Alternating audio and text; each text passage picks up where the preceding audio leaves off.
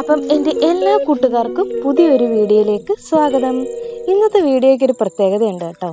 ഇന്നത്തെ വീഡിയോ ഞങ്ങൾ അട ഉണ്ടാക്കുക കേട്ടോ, ഇല അട. അപ്പം അട ഉണ്ടാക്കാൻ എല്ലാവർക്കും അറിയാം, എല്ലാവരും ഉണ്ടാക്കുന്ന രീതി വ്യത്യാസമായിരിക്കും. എനിക്ക് തോന്നുന്നു പലരും പല രീതിയിലായിരിക്കും ഉണ്ടാക്കുന്നത്. ഞങ്ങളിവിടെ എങ്ങനെയാണ് ഇലയട ഉണ്ടാക്കുന്നതെന്ന് പറഞ്ഞുതരാം കേട്ടോ. നമ്മൾ അരിപ്പൊടി വെച്ചിട്ടാണ് ഉണ്ടാക്കുന്നത്. അരിപ്പൊടി നന്നായിട്ട് കുഴച്ച് മാറ്റി വെച്ചതിന് ശേഷം ശർക്കര പാവ് കാച്ചിട്ടാട്ടോ ഇതിനകത്തേക്ക് ഒഴിക്കുന്നത്. കാരണം ശർക്കരയിൽ കല്ലൊക്കെ ഉള്ളതുകൊണ്ട് മണ്ണൊക്കെ ഉണ്ടാവുമല്ലോ ശർക്കരയിൽ. അപ്പോൾ ശർക്കര എന്ത് ചെയ്യും, പാവ് കാച്ചിട്ട് അരിച്ചു മാറ്റി വെച്ചതിന് ശേഷം ഒരു പാനിലേക്ക് നെയ്യ് ഒഴിച്ചിട്ട് നെയ്യിലേക്ക് തേങ്ങയും ഏലക്കാപ്പൊടിയും ഇട്ടതിന് ശേഷം ഈ ശർക്കര പാവ് കാച്ചതും കൂടെ ഒഴിച്ചിട്ട് നന്നായിട്ട് വറ്റിക്കും കേട്ടോ.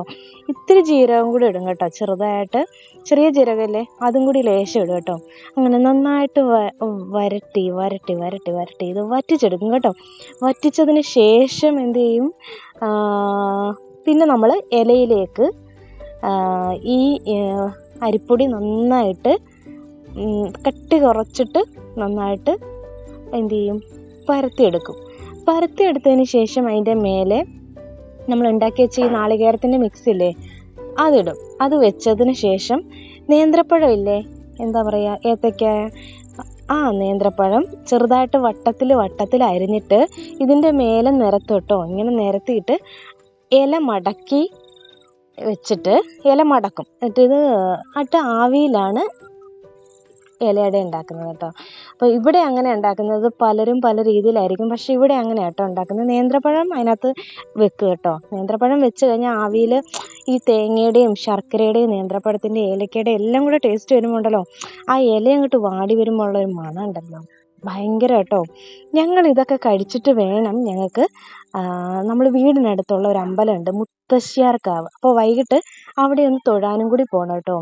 ചേച്ചിയൊക്കെ ഡൽഹിയിൽ നിന്ന് വന്നിട്ടുണ്ട്. അപ്പോൾ ഒരാഴ്ചത്തെ ലീവിന് അവർ വന്നത്. അവരെല്ലാ പ്രാവശ്യം വരുമ്പോഴും അമ്പലത്തിലൊക്കെ പോയിട്ടാണ് പോകുന്നത്. ഈ പ്രാവശ്യം കൂറ ഇട്ടിട്ടുണ്ട്, അവിടുത്തെ പൂരം വരികയാണ്.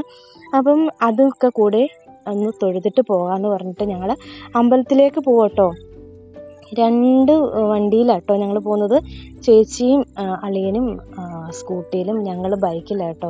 ദേവൂസും ഞാനും അച്ഛനും കൂടെ ഒരു ബൈക്കിലും. ഞങ്ങൾ കുറച്ച് ദൂരം ഉണ്ട് കേട്ടോ. അപ്പോൾ ഞങ്ങളിങ്ങനെ പോയിക്കൊണ്ടിരിക്കുക.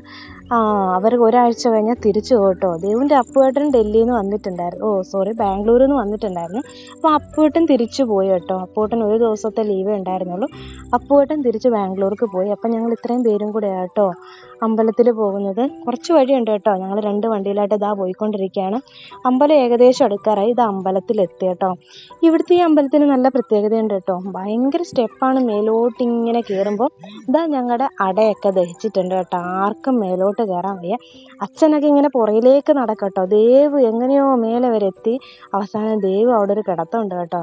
അവിടുന്ന് കുടിവെള്ളമൊക്കെ കിട്ടും കേട്ടോ. ദേവ് അവിടെ നിന്ന് വെള്ളമൊക്കെ വാങ്ങിച്ചിട്ട് ആദ്യം തന്നെ അങ്ങ് കുടിച്ചു. എന്നിട്ട് മതി തൊഴാൻ പോകലെന്നൊക്കെ പറഞ്ഞിട്ട്. അങ്ങനെ ഞാനും ചേച്ചിയൊക്കെ സ്റ്റെപ്പ് കയറിക്കൊണ്ടിരിക്കുക കേട്ടോ. കുറച്ച് വഴിയുണ്ട് കേട്ടോ മേലോട്ട്. കിതയ്ക്കുന്നുണ്ടായിരുന്നു, എന്താണാവോ സ്റ്റെപ്പൊക്കെ കയറുമ്പോൾ കിതയ്ക്കുന്നുണ്ട്. ഒരാൾ കിടത്തം കണ്ടോ.